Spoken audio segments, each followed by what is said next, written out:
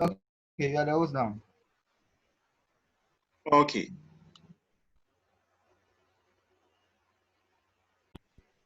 So can I? You can go ahead. Okay.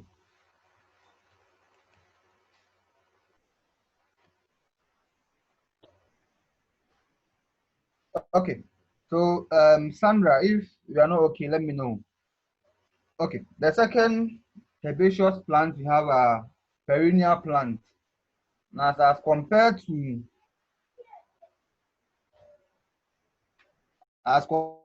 to the annual plant, this one continues to grow for several seasons. For several seasons, they don't just complete their life cycle in just one season, but they continue. So when it undergoes germination, undergoes flowering, undergoes fruiting, seed production, then it continues again, germination, flowering for several seasons before it dies, or the plant dies off. So it can stay for more than one or complete its cycle in more than one season. Okay, so majority of savanna animals are herbivores. As we established, herbivores are animals or organisms that feed on plants and plant produce, with a small number of carnivores, familiar insects like grasshopper, locust, termites, ants, birds, reptiles. They are all organisms that you find in the savanna region.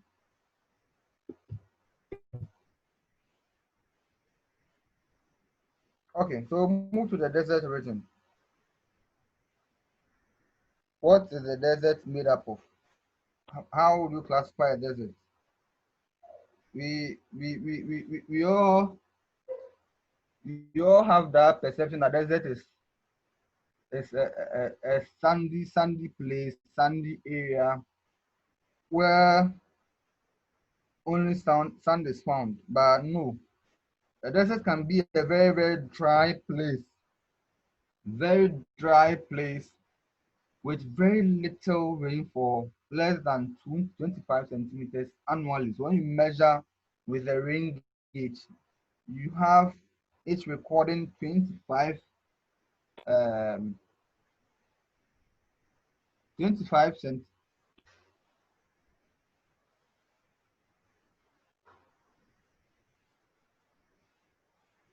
annually. Um, uh, Florence, your question didn't come well. Do the reframe the question? Let me understand you.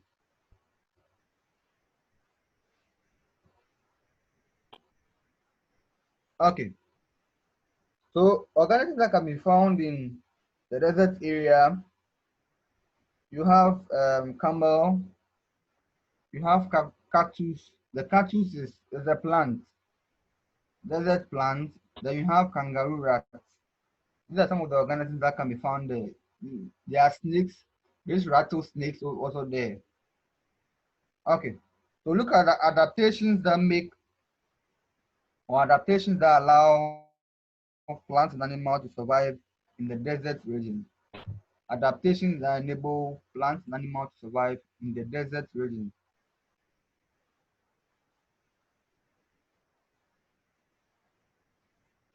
Florence, the answer is yes. Do termites feed on crops? Yes, they do. They feed on plants. Mostly these woody plants. They feed on them, destroying them in a way. They destroy the whole plant or the whole tree. They eat through the tree till the tree is dead. So yes, your answer is yes, but not all crops. Okay, the first adaptation of plants and animal to survive in the desert region, you have plants. The leaves of the plant are modified as spines to minimize water loss. The leaves are modified as spines. So these spines doesn't enable direct contact with the leaf itself, so it minimizes water loss.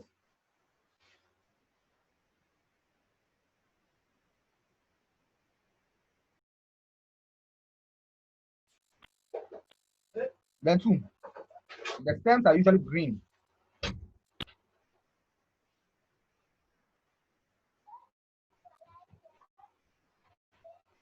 I hope you can hear me.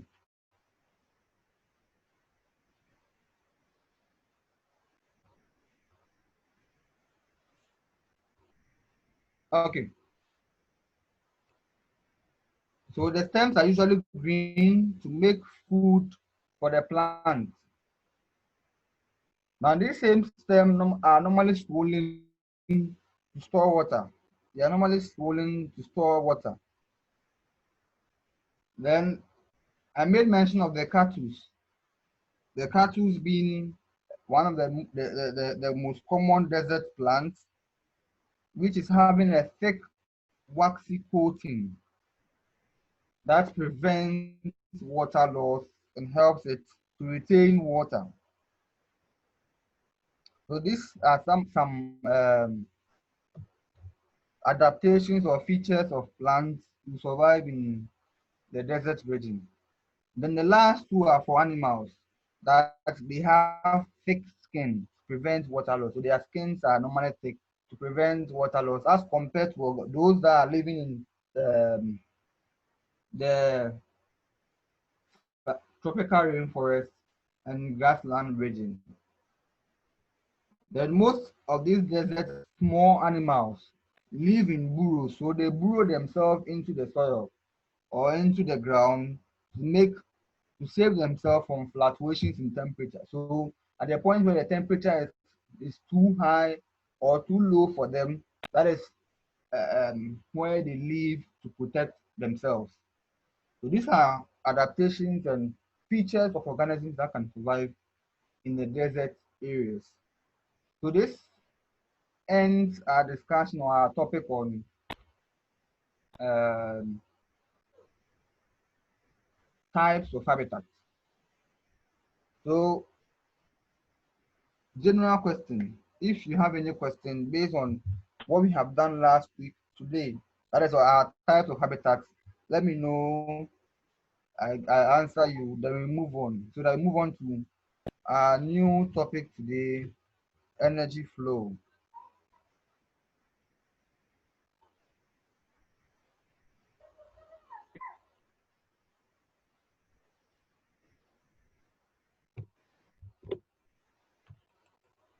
Okay, there's no question. So we look at energy flow. Now this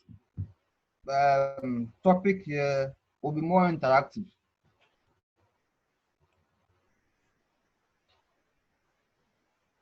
Okay. Um, Sandra is asking what is fluctuation in temperature. Now, this fluctuation just deals with temperature change in temperature, whether there's a high temperature, whether there's a low temperature. It just deals with a change in temperature, change in how the environment has adapted itself to plant growth and survival. That is fluctuation in temperature. Okay. So energy changes, energy flow. As I'm saying, as I said, what today's class, this lesson will be more interactive because I'll get to a point where you all need to be involved. You all be involved in what we are going to do. We are going to list some organisms. We are going to try and link organisms together. So today's class will be somehow more interactive. I pose a question, I give you time to answer. Okay.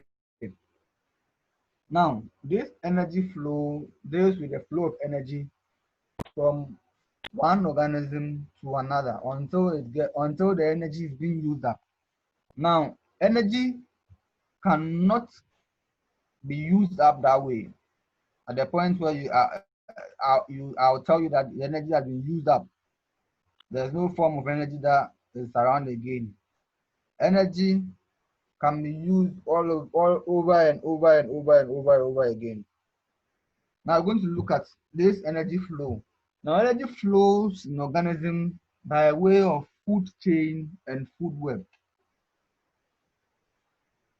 Energy flow through organism by way of food chain and food web. So today we look at food chain and food web together. Know what they are, how this food chain, food web interact with organisms, and how um, this food chain is very important. Now, plant and animal within a specific habitat linked through their feeding habits make up the food chain. So you have organisms, more than 2 organisms in a particular habitat. Now you can link them together by the way they eat, by the way they feed. That is how they feed. Now this feeding habit or uh, uh,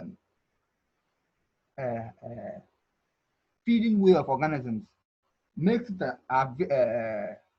more um, more clear for you to know how these organisms and what they eat.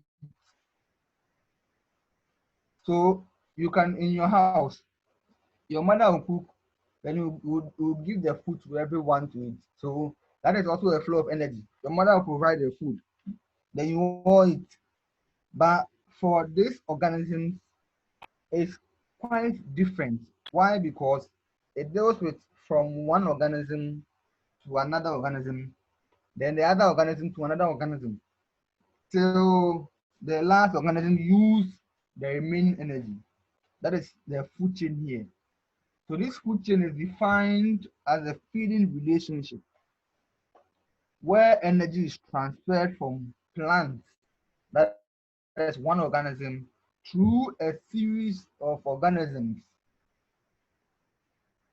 It's a feeding relationship where energy is transferred from plants through a series of organisms by each stage feeding on the preceding stage. So the plant, an animal will feed on the plant, another animal will feed on the animal, another animal will feed on the animal that is being fed. So it's just a series of preceding stages whereby they are all feeding on each other to obtain energy. It's also defined as the pathway along which food is transferred from one trophic level. I'll explain this, to another trophic level, beginning with the producers. We will understand what producers also are. So these are two definitions that you can define a food chain. Now, a food chain traces the routes of transfer of materials and energy from one organism to another in an ecosystem. So this food chain, it traces how or where the food passes from one point to another, and how this energy is being dispersed from one point to another. That is food chain. That is food chain.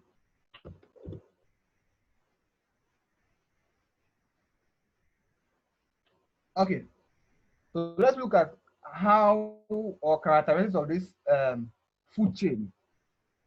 Now, the main and original source of energy in the ecosystem is gotten from the sun. That is energy from the sun, which autotrophs. Now, these autotrophs are plants.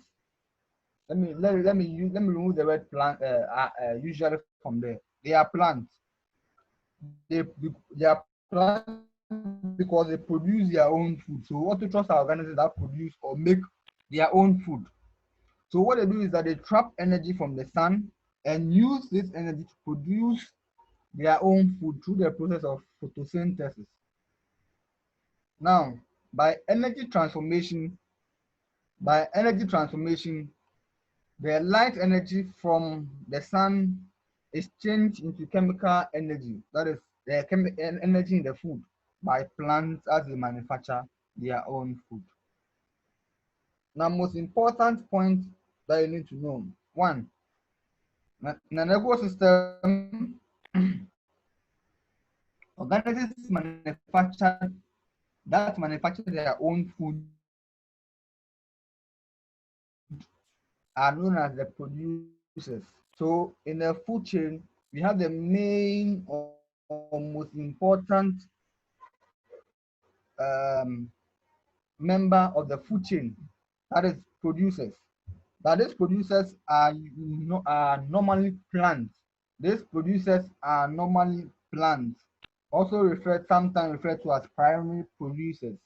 They are normally plants because they make their own food. So every food chain starts with um,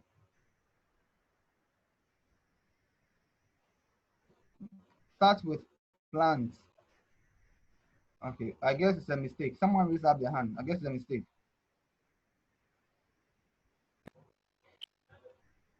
Okay,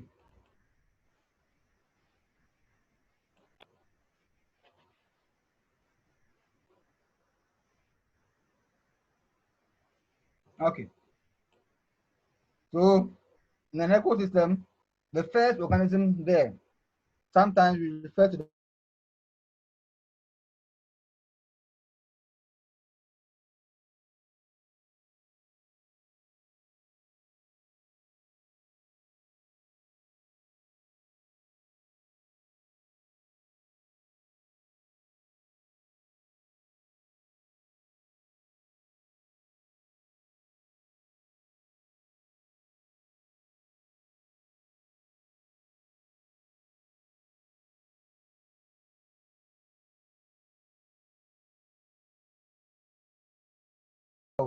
by manufacturing their own food. They make their own food. But with the heterotrophs, they depend directly or indirectly on plants for their food. So myself and yourself, we are all examples of heterotrophs, animals. We feed on plants, so we depend on plants for our survival. That is the difference between autotrophs and heterotrophs. Okay, then another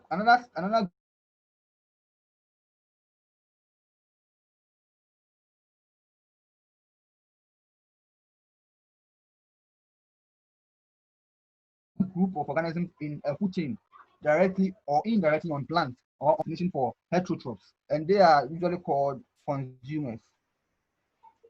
So in an ecosystem, you have three preceding stages: one, producer; two, consumer; then three, decomposers. By these consumers, we have classes of these consumers. We have stages of these consumers. We have forms that these consumers can occupy, because we have some organisms that consumers that are larger than others that can feed on them. So there are three consumers that we can find. The first group of consumers that feed directly on the producers. They are the first organisms to feed on the producers are called the primary consumers, sometimes also called the first order consumers. First order consumers. Now these consumers are usually herbivores because they feed on plants. So the primary consumers are herbivores. They feed directly on plants. So in a food chain, the herbivores feed directly on plants. They don't they don't feed on animals, but they feed directly on plants. Two, the second organisms consumers that we have that feed on the primary consumers are referred to as secondary consumers. So these consumers feed on the primary consumers, and these secondary consumers are usually herbivores, or they are herbivores. That is, they feed on flesh. So they feed on the primary consumer. They feed on herbivores. So they are usually carnivores. Then the last group of organisms that we can have, or last group of consumers, are the tertiary consumers. The tertiary consumers. Now tertiary consumers are animals that feed on the secondary consumers. They feed on these secondary consumers. Now, most of these organisms are omnivorous, meaning that they eat both plants and animals. They are omnivores. They are omnivores. So these are the three consumers that we have. Now, I was saying that the secondary consumers, they feed on the primary consumers. They are organisms that feed on the primary consumers. They eat flesh. They are flesh-eating organisms. Their main food they eat is flesh. Those are secondary consumers. Their primary feed on just plants. Secondary consumers are usually feed on flesh, so they feed on herbivores. Then the tertiary also feeds on the secondary, and most of them are usually omnivores. They eat both plants and animals.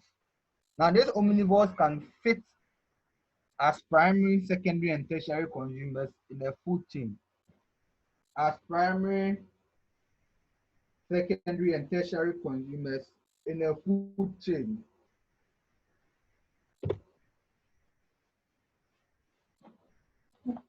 Now, the third group with reference to energy flow is decomposers.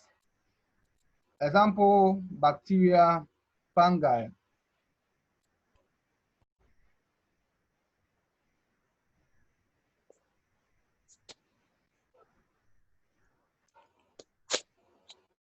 Okay, now these organisms or decomposers obtain food or obtain this energy by feeding on dead organic matter.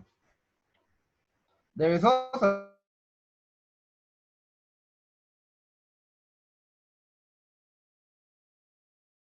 into the soil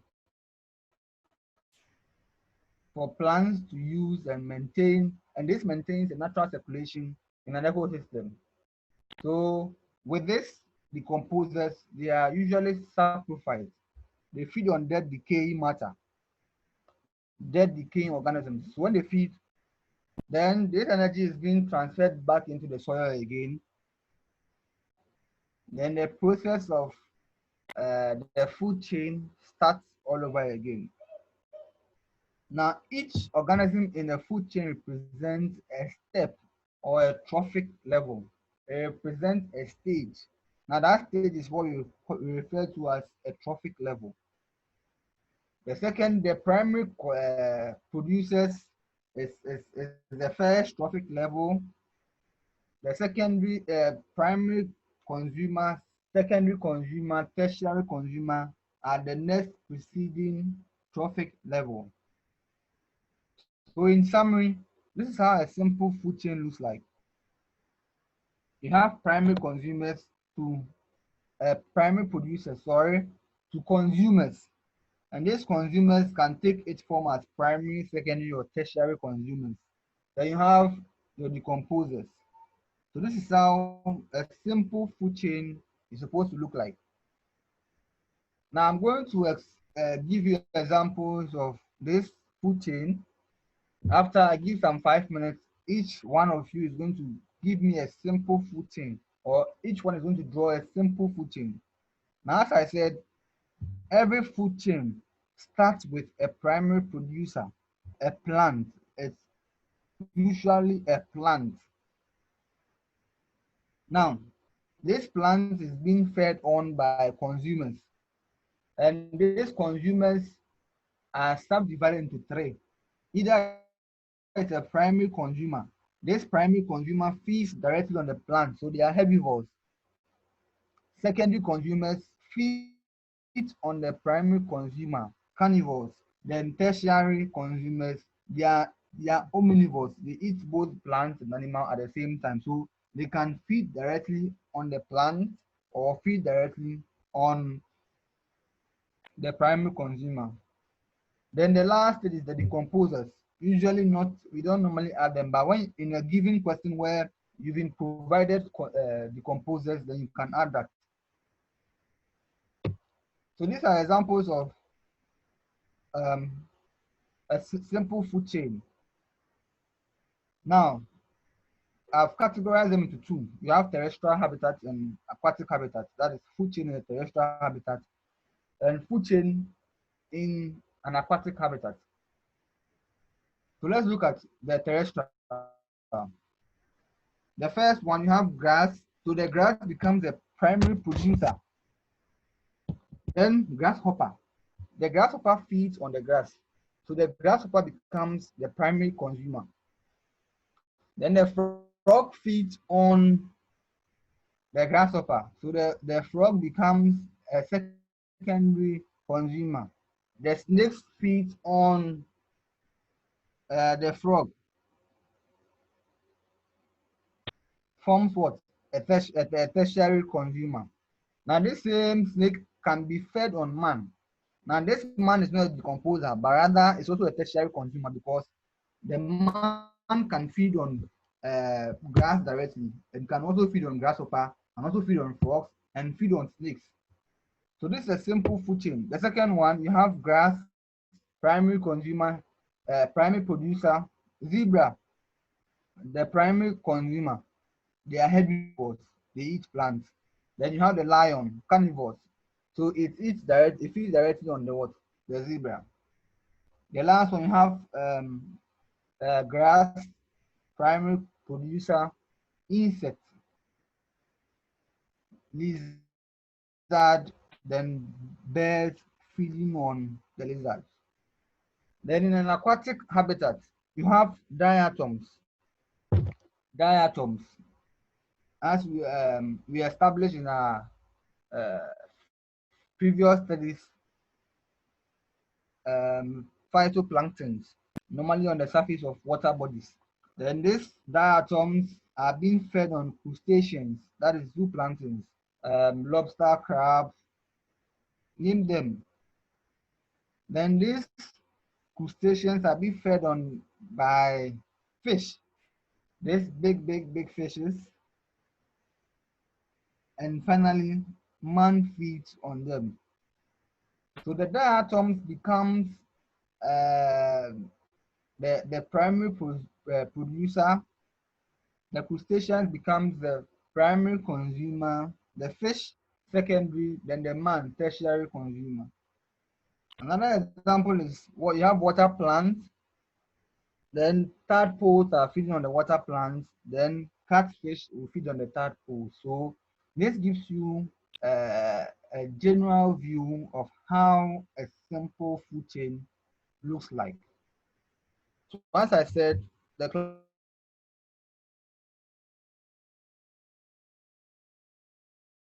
class will be more interactive. Just giving you some draw a simple food chain and send it to me via the chat. So you can start with each one of you draw a simple any simple food chain that you would have.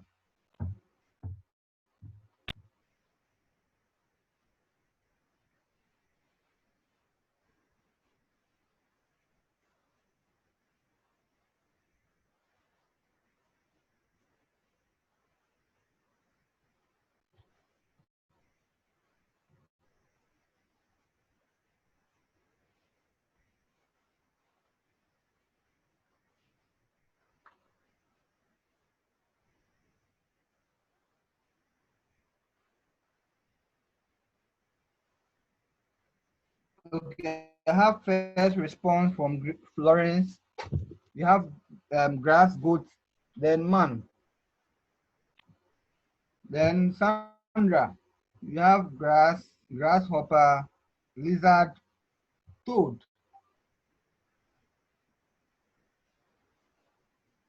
With this, it will be very difficult for the lizard, the toad to feed on the lizard. Very difficult. Very difficult. Very difficult. So I would ask if you can move the either one of them. Either you take off the lizard or you take off the toad. You take one off. Okay, so I'm waiting for two other response.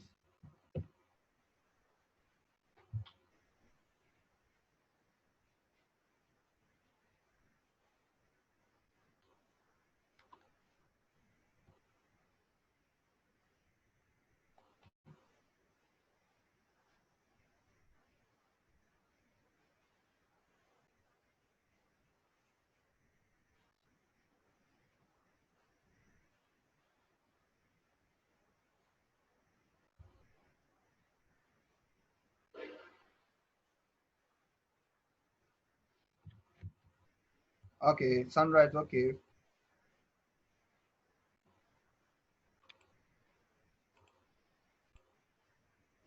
Okay, so let's move on. Food web.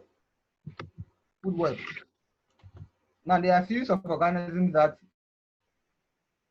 um, that can feed on a lot of organisms, like man. Now man can feed on a whole lot of organisms. Man, you can eat anything.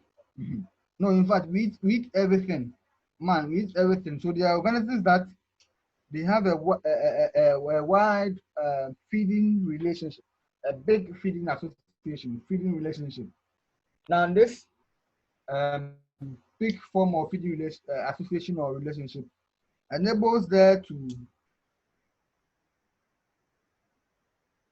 be more than one food chain in an ecosystem.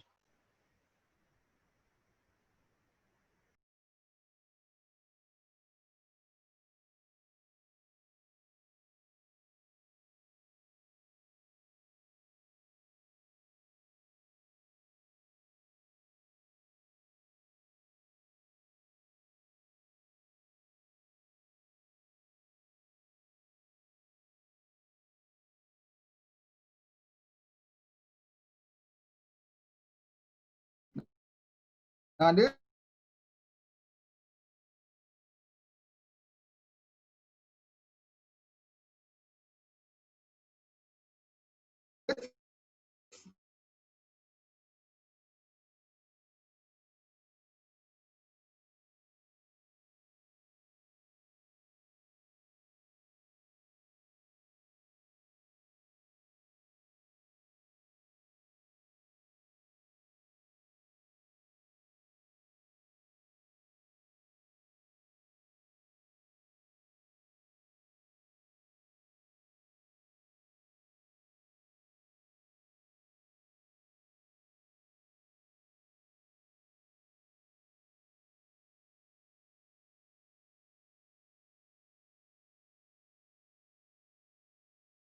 web is a network or a series of interconnected food chain.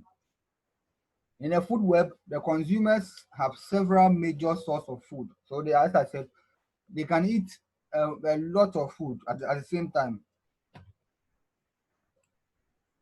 Then the collection of connecting feeding pattern in the community tends to be more like a web. So there's so many organisms feeding on um, a lot of, or they have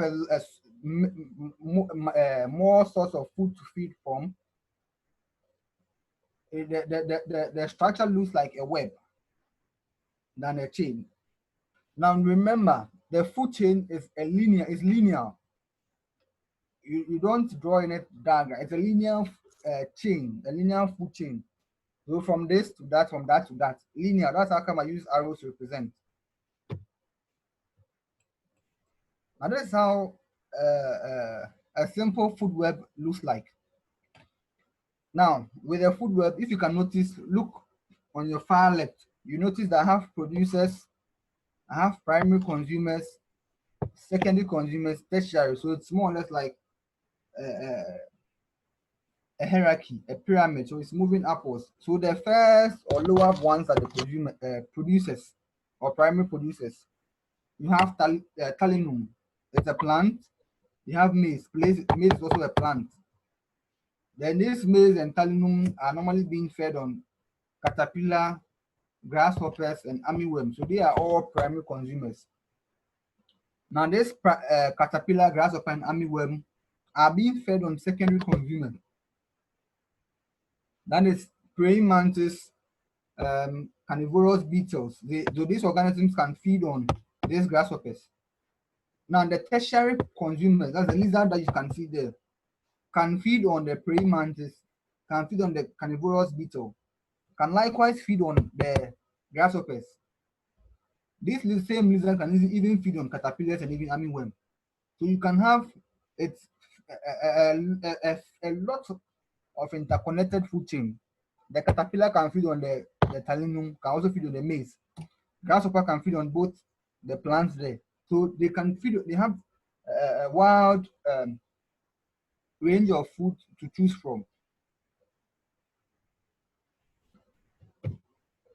Another example, you have green plants. So any green plant, you have grass.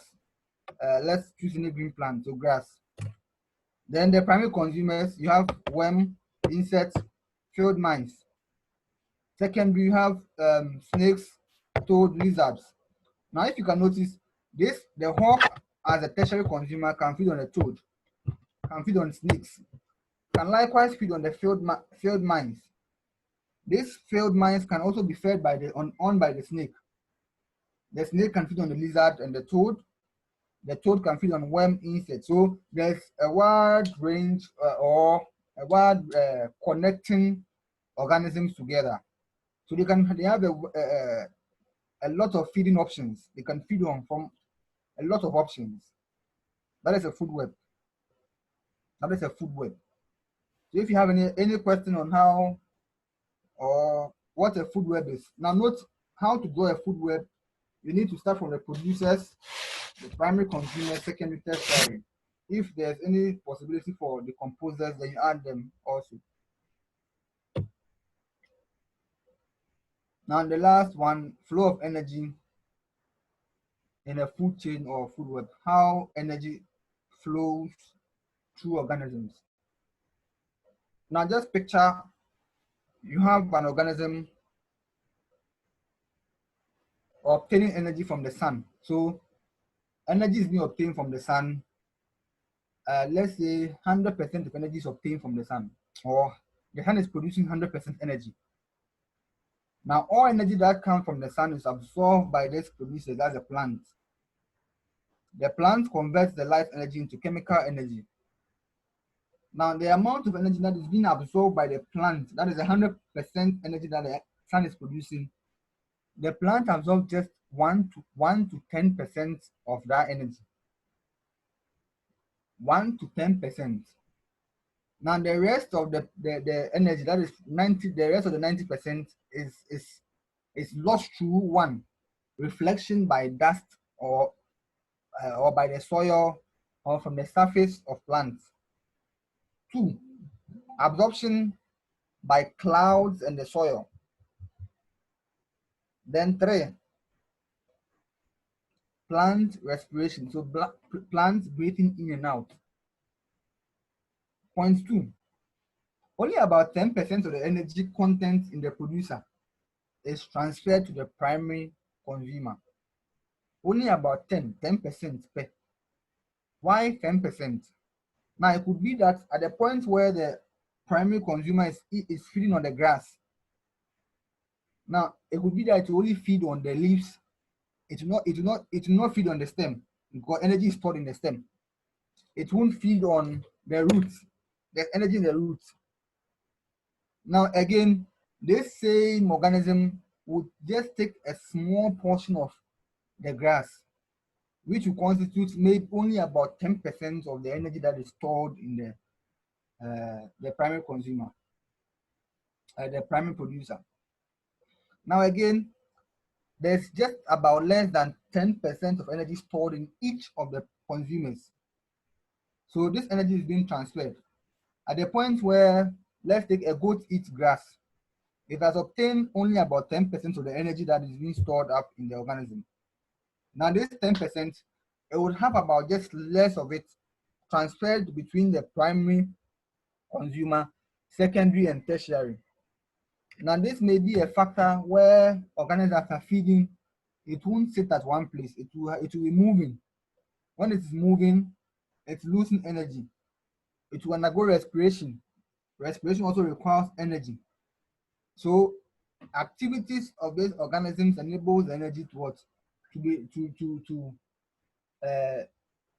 decrease as it's moving up the trophic level, as it's moving from one organism to another. So the goat will use up that 10% of energy. Let's say you use about 8. So that 8, then a snake feeds on the goat. Now this snake will obtain about 6% from the goat, or 6% of energy from the goat. Now, if a hawk feeds on the snake, it will obtain just about maybe 4% of energy, because the organism or the preceding organism has undergone a series of metabolic activities. So it has reduced the amount of energy content in the preceding organism. So the energy flow, when it is moving to a higher organism or moving up the food chain or up the trophic level, the energy flow reduces. Now, less energy is available further up the food chain at the higher trophic level, as I said. So this gives you the flow, how this energy is being transferred in the food chain or food web. Any question? Any question? Okay, so your assignment is difference between the food chain and the food web. Then also construct um, a food web in a terrestrial in an aquatic habitat. Construct a food web in an aquatic habitat. Construct a food web in an aquatic habitat. So if God permits, in our next lesson we'll look at how to determine the feeding relationship of these organisms, how to determine the feeding role of each organism. Then we'll look at sampling techniques, population sampling techniques. Then we will move on. So